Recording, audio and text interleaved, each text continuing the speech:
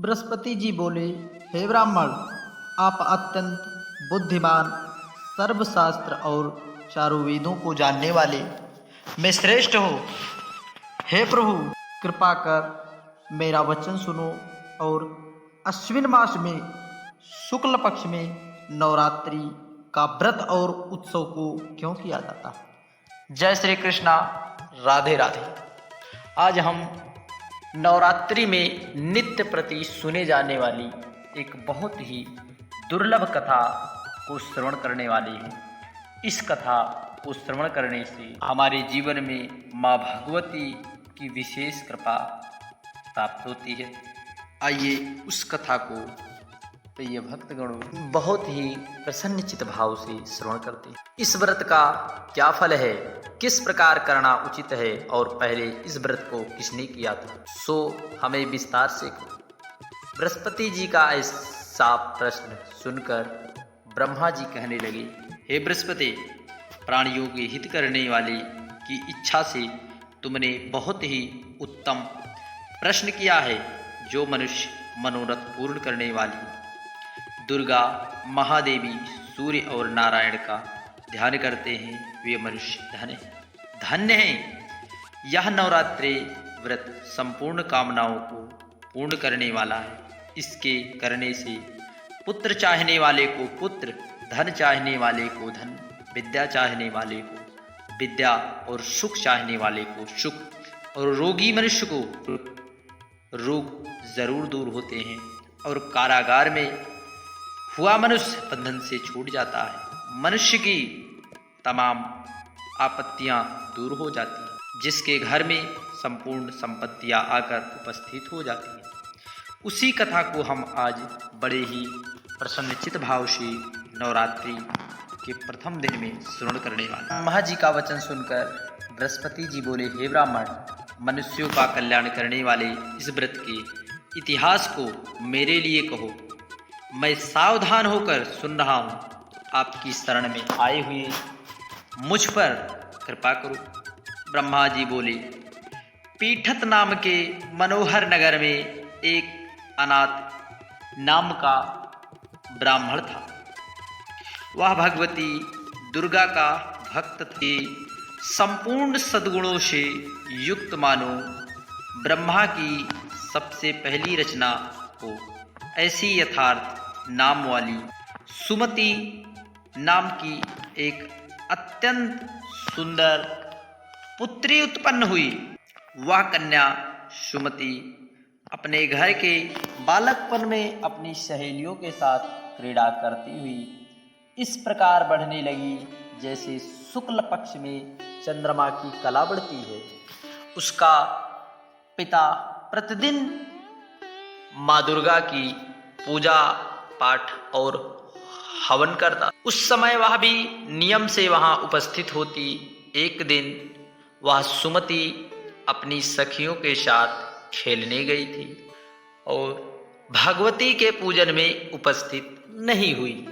उसके पिता को पुत्री की ऐसी असावधानी देखकर क्रोध आ गया और पुत्री से कहने लगे कि हे दुष्ट पुत्री, आज प्रभात से तुमने भगवती का पूजन नहीं किया है।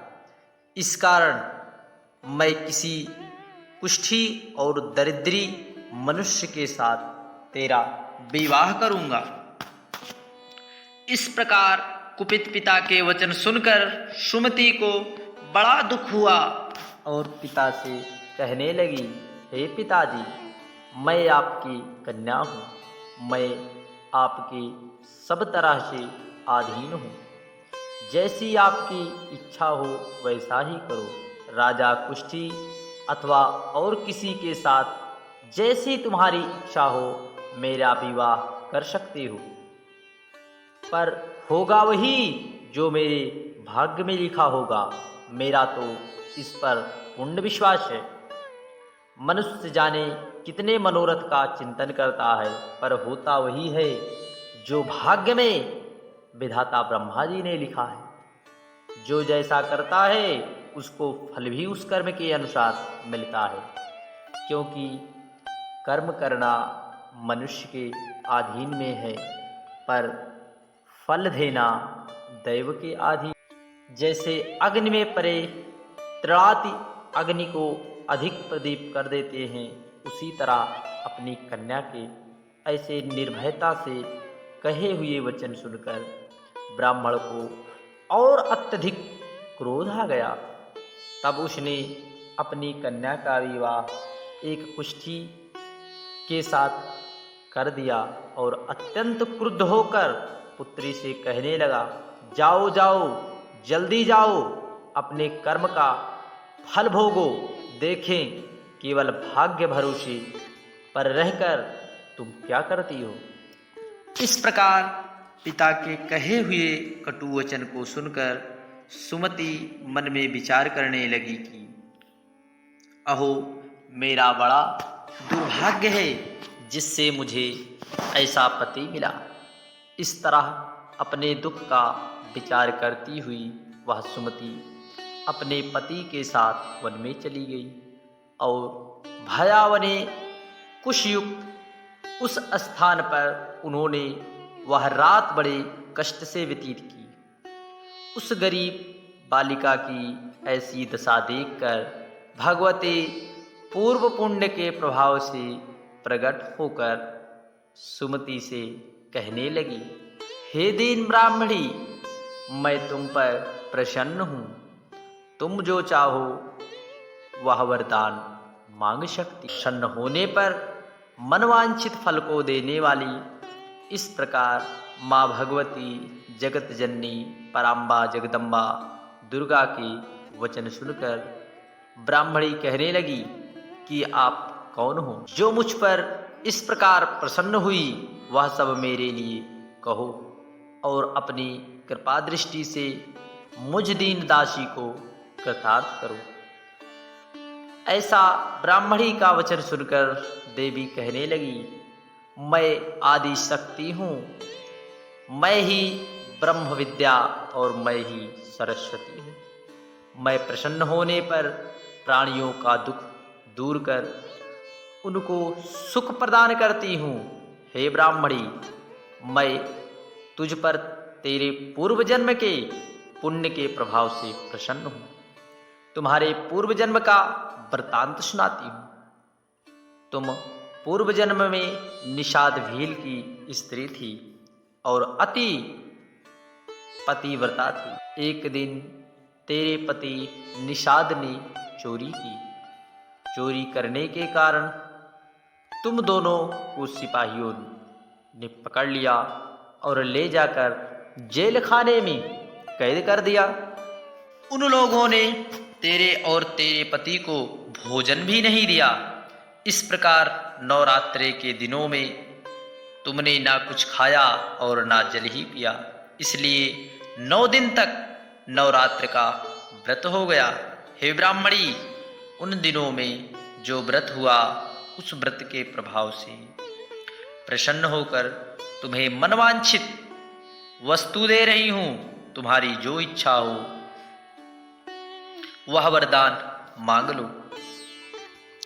इस प्रकार माँ भगवती के द्वारा कहे हुए वचनों को सुनकर बोली कि अगर आप मुझ पर प्रसन्न हैं तो हे दुर्गे, आपको प्रणाम करती हूँ। कृपा कर मेरे पति के कुष्ठ को दूर करो। देवी कहने लगी, उन दिनों में जो तुमने व्रत किया था, उस व्रत के 1 दिन का पुण्य अपने पति का कुष्ठ दूर करने के लिए अर्पण करो।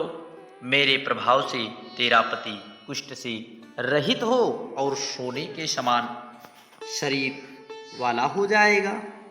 ब्रह्मा जी बोले। इस प्रकार देवी का वचन सुनकर वह ब्राह्मणी बहुत प्रसन्न हुई और पति को निरोग करने की इच्छा से ठीक है ऐसा बोली। तब उसके पति का शरीर भगवती जगत जननी माँ दुर्गा की कृपा से कुष्ठहीन होकर अति कांतु युक्त हो गया, जिसकी कांति के समान चंद्रमा की कांति भी क्षीण हो जाती है। वह ब्राह्मणी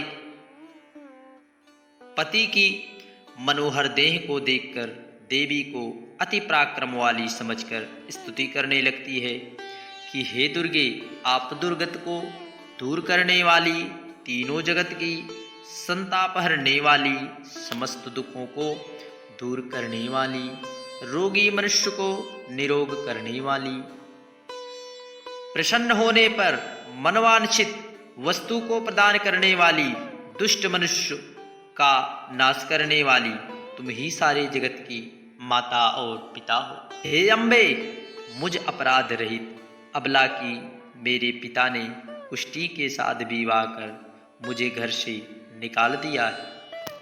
उसकी निकाली हुई पृथ्वी पर घूमने लगी।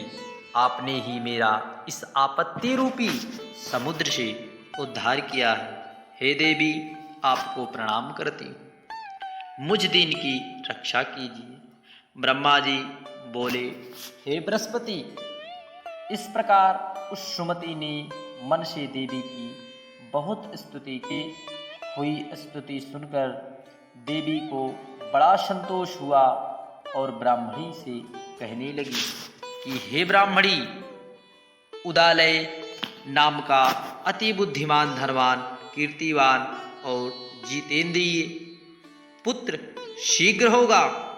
ऐसा कहकर वह देवी उस ब्राह्मणी से फिर कहने लगी, हे ब्राह्मणी, और जो कुछ तेरी इच्छा हो वह मनवांछित वस्तु मांग सकती हो। ऐसा भगवती दुर्गा का वचन सुनकर सुमति बोली, हे भगवती दुर्गे, अगर आप मेरे ऊपर प्रसन्न है तो कृपा कर मुझे नवरात्रि व्रत की विधि बतलाइए।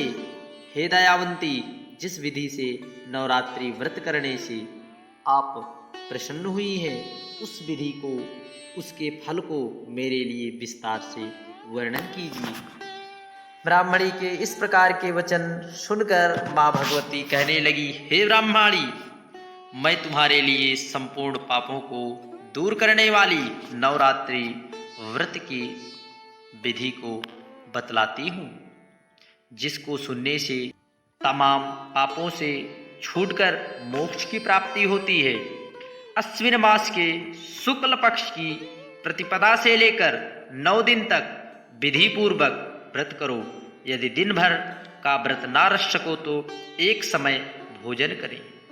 पढ़े लिखे ब्राह्मणों से पूछकर कलश स्थापना करें और वाटिका बनाकर उसको प्रतिदिन जल से सींचें। महाकाली, महालक्ष्मी, महासरस्वती, इनकी मूर्तियां बनाकर उनकी नित्य विधि विधान सहित पूजा करें।